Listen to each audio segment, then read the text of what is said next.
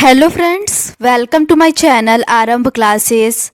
आज के इस वीडियो में हम लोग बीपीएससी टीआरई क्लास 6 to 8, 9, 10 और 11, 12 के लिए हिस्ट्री के प्रैक्टिस सेट और पीवाईक्यू को आपके साथ सॉल्व करेंगे।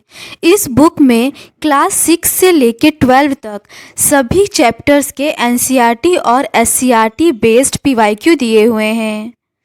इसके साथ ही BPSC TRE 1, 2, 3, DSSB TGT PGT, KVS TGT PGT, NVS TGT PGT और ईएमआरएस में जो भी हिस्ट्री के क्वेश्चन पूछे गए हैं वो सभी दिए हुए हैं। तो बिना देर किए चलिए आज का ये वीडियो शुरू करते हैं। इसके ऊपर के क्वेश्चंस का डिस्कशन हम लोगों ने इस सीरीज़ के प्रीवियस पार्ट में कर लिया है। आज हम लोग उसके आगे के क्वेश्चंस का डिस्कशन आपके साथ करेंगे।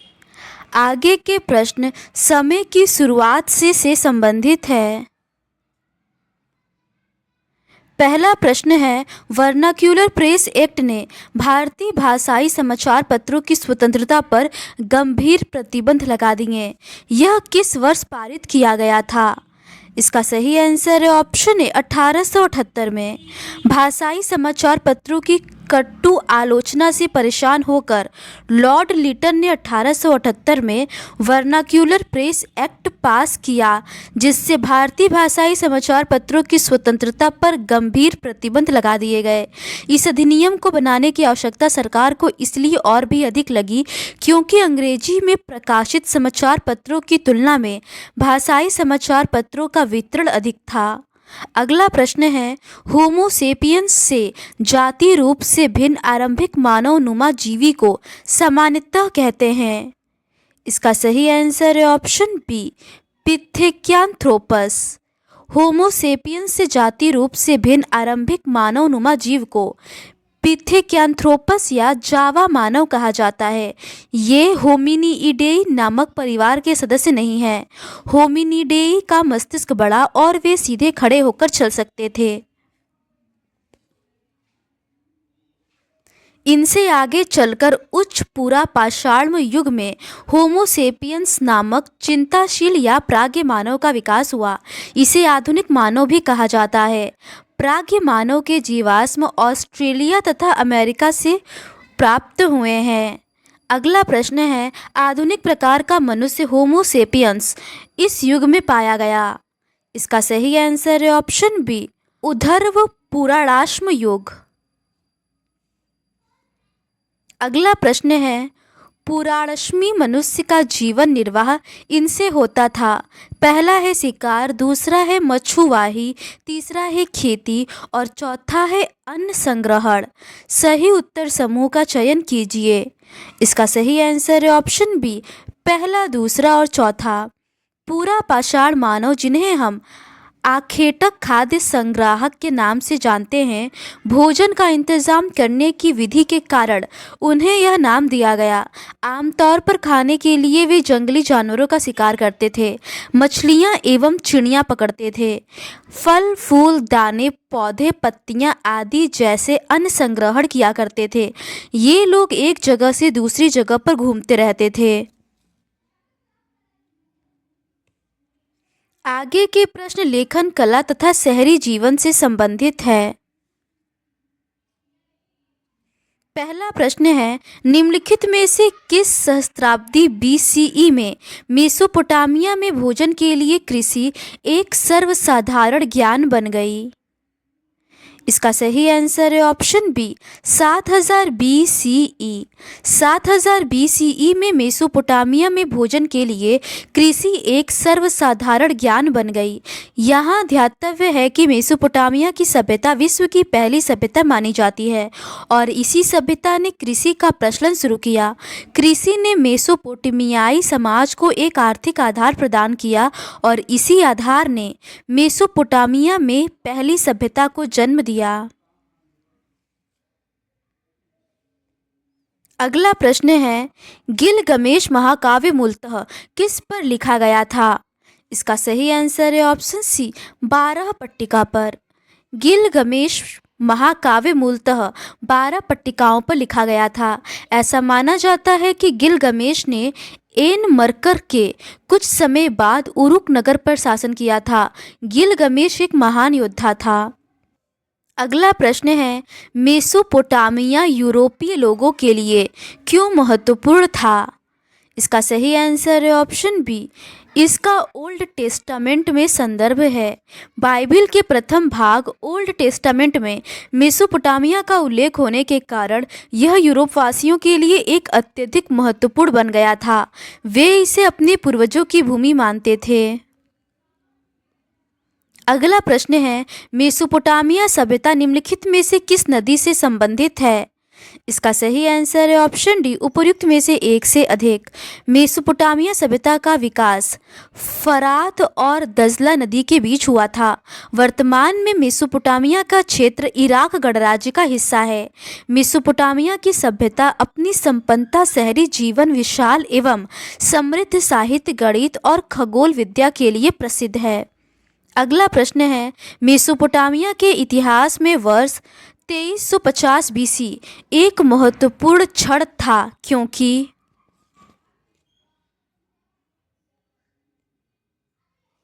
इसका सही आंसर है ऑप्शन बी, पहली बार मेसोपोटामियन मिट्टी पर एक साम्राज्य का उत्थान हुआ। उस साम्राज्य की संचालक शक्ति अक्काडियंस थे। मेसोपोटामिया की सबसे पुरानी भाषा सुमेरियन का स्थान अक्काडियंस के आने के बाद अक्कडी भाषा ने ले लिया था। 2350 ईसा पूर्व में पहली बार मेसोपोटामियन मिट्टी पर एक साम्राज्य का उत्थान हुआ, जिसे अक्कद साम्राज्य कहते हैं। बेबीलोन के राजा नेबोनिडस के सैनिक अक्कद के राजा के पास एक मूर्ति लेकर आए थे। इस मूर्ति पर अक्कद के राजा सारगोन का नाम उत्कीर्ण था। अगला प्रश्न है, मेसोपोटामिया के निचले भाग को इस प्रकार जाना जाता था। इसका सही आंसर है ऑप्शन ए, बेबीलोन। मेसोपोटामिया के दक्षिणी भाग को सुमेर और अक्कद कहा जाता था। 2000 ईसा पूर्व के पश्चात मेसोपोटामिया का दक्षिणी क्षेत्र बेबीलोनिया बन गया। इसका महत्वपूर्ण शहर बेबीलोन था। यह मेसोपोटामिया के निचले भाग के रूप में जाना जाता था। लगभग 1100 ईसा पूर्व में असीरियाइयों द्वारा उत्तर में स्थापित राज्य को असीरिया कहा जाने लगा। इस राज्य की प्रथम ज्ञात भाषा सुमेरियन थी। 2400 ईसा पूर्व के लगभग जब अक्कदी भाषा लोग यहाँ आ गए, तब अक्कदी ने सुमेरी भाषा का स्थान ले लिया। अक्कदी भाषा सिकंदर के समय तक कुछ परिवर्तनों के साथ प्रचलन में रही। 1400 ईसा पूर्व के लगभग धीरे धीरे अरमाइक भाषा का प्रवेश शुरू हुआ। यह भाषा हिब्रू से समीपता रखती थी तथा 1000 ईसा पूर्व के पश्चात व्यापक रूप से बोली जाने लगी और आज भी इराक के कुछ क्षेत्रों में बोली जाती है। सुमेरियन, अक्काडियन तथा बेबीलोनियन मेसोपोटामिया में बोली जाने वाली भाषा है। अगला प्रश्न है, अरमाइक भाषा विस्तृत रूप से मेसोपोटामिया में किस सदी के बाद बोली जाने लगी? इसका सही आंसर है ऑप्शन बी, 1000 BCE। अगला प्रश्न है, मेसोपोटामिया में निम्नलिखित में किस भाषा ने सुमेरियन भाषा को प्रतिस्थापित किया? इसका सही आंसर है ऑप्शन बी, अक्काडियन। अगला प्रश्न है, निम्नलिखित में से उस विकल्प की पहचान कीजिए जो अन्य तीन के साथ मेल नहीं खाता है। इसका सही आंसर है ऑप्शन डी, असीरियन। अगला प्रश्न है, 1400 BCE के बाद मेसोपोटामिया में निम्नलिखित में से कौन सी भाषा प्रसिद्ध हुई जो कुछ भागों में अभी भी बोली जाती है? इसका सही आंसर है ऑप्शन डी, अरमाइक। अगला प्रश्न है, अपने स्वरूप में मेसोपोटामिया निम्नलिखित में से क्या था? इसका सही आंसर है ऑप्शन बी, बहुजातीय सभ्यता जिसमें कई विविध तत्व और लोग शामिल हैं।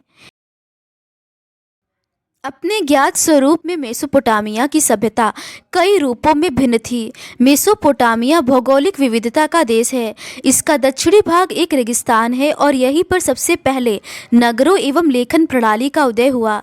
इस बहुजातीय सभ्यता में विविध तत्व और लोग शामिल थे। अगला प्रश्न है, अक्काडियन किसके समकालीन थे? इसका सही आंसर है ऑप्शन ए, सुमेर निवासियों के। अक्काडियन साम्राज्य मेसोपोटामिया का पहला ज्ञात प्राचीन साम्राज्य था जो सुमेर सभ्यता का समकालीन था।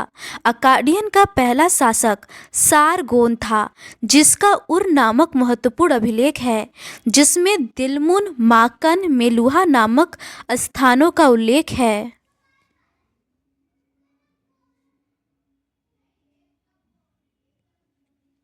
अगला प्रश्न है, अक्काडियन के पहले शासक का नाम क्या था? इसका सही आंसर है ऑप्शन डी, सारगोन। अगला प्रश्न है, किस भाषा में मेसोपोटामिया का मतलब दो नदियों के बीच की भूमि है? इसका सही आंसर है ऑप्शन सी, यूनानी। मेसोपोटामिया दक्षिण पश्चिम एशिया में स्थित भारत की सबसे प्राचीन सभ्यता है। ग्रीक या यूनानी भाषा के दो शब्दों मेसोस अर्थात मध्य तथा पोटेमोस अर्थात नदी से मिलकर बना है, अतः मेसोपोटामिया का मतलब दो नदियों के बीच की भूमि है। शहरी जीवन की शुरुआत मेसोपोटामिया में हुई थी। फरात और दजला नदियों के बीच स्थित यह प्रदेश आजकल इराक गणराज्य का हिस्सा है। इसके अतिरिक्त इसमें पूर्वी सीरिया और दक्षिण पूर्वी तुर्की भी शामिल है। मेसोपोटामिया की सभ्यता अपनी संपन्नता, शहरी जीवन, साहित्य, कला आदि के लिए जाना जाता है। अगला प्रश्न है, मेसोपोटामिया में डैश नदियां हैं? इसका सही आंसर है ऑप्शन बी, टिग्रिस और फरात। अगला प्रश्न है, वर्तमान में मेसोपोटामिया का क्षेत्र डैश है? इसका सही आंसर है ऑप्शन सी, पूर्वी सीरिया, दक्षिण पूर्वी तुर्की और इराक का अधिकांश भाग। अगला प्रश्न है, मेसोपोटामिया एक डैश है? इसका सही आंसर है ऑप्शन ए, यूनानी शब्द है जिसका अर्थ दो नदियों के बीच का है। अगला प्रश्न है, मेसोपोटामिया कहाँ पर स्थित है? इसका सही आंसर है ऑप्शन ए, दक्षिण पश्चिम एशिया में। अगला प्रश्न है, मेसोपोटामिया वह क्षेत्र है जहाँ? इसका सही आंसर है ऑप्शन ए, दुनिया की सबसे पुरानी सभ्यता विकसित हुई। अगला प्रश्न है, सूची 1 को सूची 2 से सुमेलित कीजिए एवं नीचे दिए गए कूट की सहायता से सही उत्तर का चयन करें।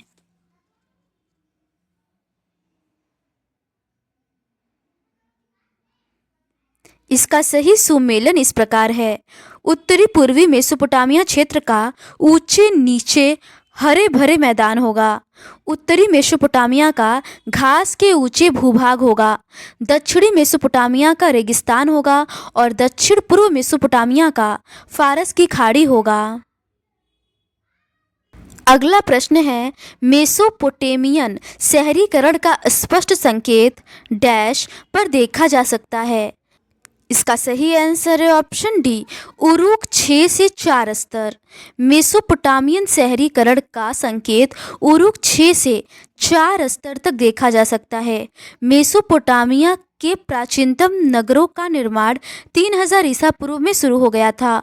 उरुक शहर की खुदाई में संगमरमर को तराशकर बनाए गए एक स्त्री का सिर प्राप्त हुआ है।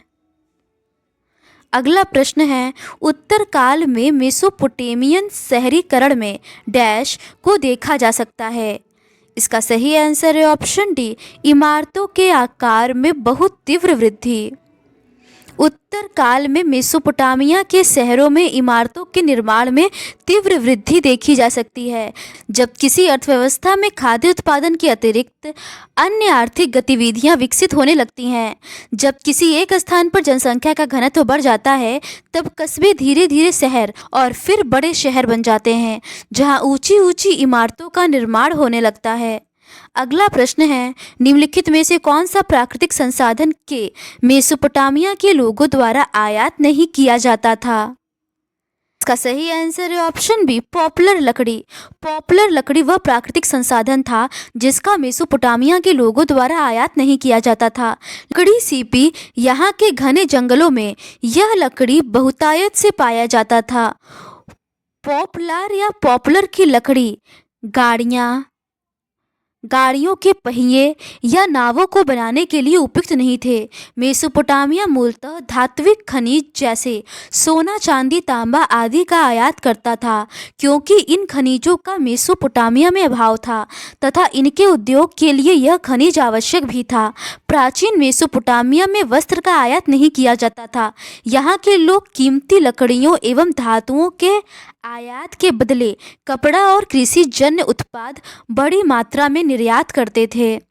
अगला प्रश्न है, निम्नलिखित में से किसका आयात प्राचीन मेसोपोटामिया में नहीं किया जाता था? इसका सही आंसर है ऑप्शन सी, वस्त्र का। अगला प्रश्न है, लेखन की क्यूनिफॉर्म प्रणाली का आविष्कार किसने किया? इसका सही आंसर है ऑप्शन बी, सुमेरवासी ने। मेसोपोटामिया के प्राचीन सुमेरवासियों ने लेखन की क्यूनिफॉर्म का आविष्कार किया था। मेसोपोटामिया के लोग चिकनी मिट्टी की पट्टी पर सरकंडे की तीली की तीखी नोक से कीलाकार चिन्ह बना देते थे और जब तक यह सूख जाती थी तब इस पर कोई नया चिन्ह या अक्षर नहीं लिखा जाता था। 2600 ईसा पूर्व के लगभग वर्ण कीलाकार हो गए और भाषा सुमेरियन थी।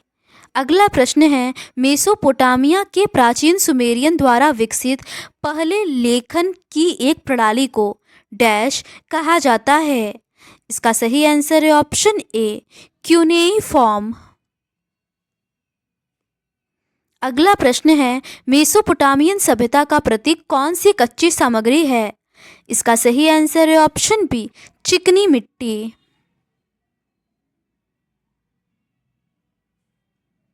अगला प्रश्न है, मेसोपोटामिया की भाषा व लिपि 2000 BCE के उपरांत कई प्रदेशों के द्वारा अपनाई गई, परंतु निम्नलिखित में से उसमें शामिल नहीं था। उसकी पहचान करें। इसका सही आंसर है ऑप्शन डी, तुर्कमेनिया। इराक गणराज्य में स्थित मेसोपोटामिया से शहरी जीवन की शुरुआत हुई थी। मेसोपोटामिया की लेखन प्रणाली और उसका साहित्य पूर्वी भूमध्य सागरीय प्रदेशों और उत्तरी सीरिया तथा तुर्की में 2000 ईसा पूर्व के बाद फैला। इसके पश्चात समस्त क्षेत्रों एवं मिस्र के फराओं के साथ मेसोपोटामिया की भाषा और लिपि में लिखा पढ़ी होने लगी। इसमें तुर्कमेनिया शामिल नहीं था। तो आज के इस वीडियो में बस इतना ही। दक्षिणी मेसोपोटामिया का शहरीकरण, मंदिर और राजा से संबंधित प्रश्नों का डिस्कशन हम लोग इस सीरीज़ के नेक्स्ट पार्ट में करेंगे। अगर आपको ये सीरीज़ पसंद आती है तो please do subscribe to my channel and like this video. Thank you.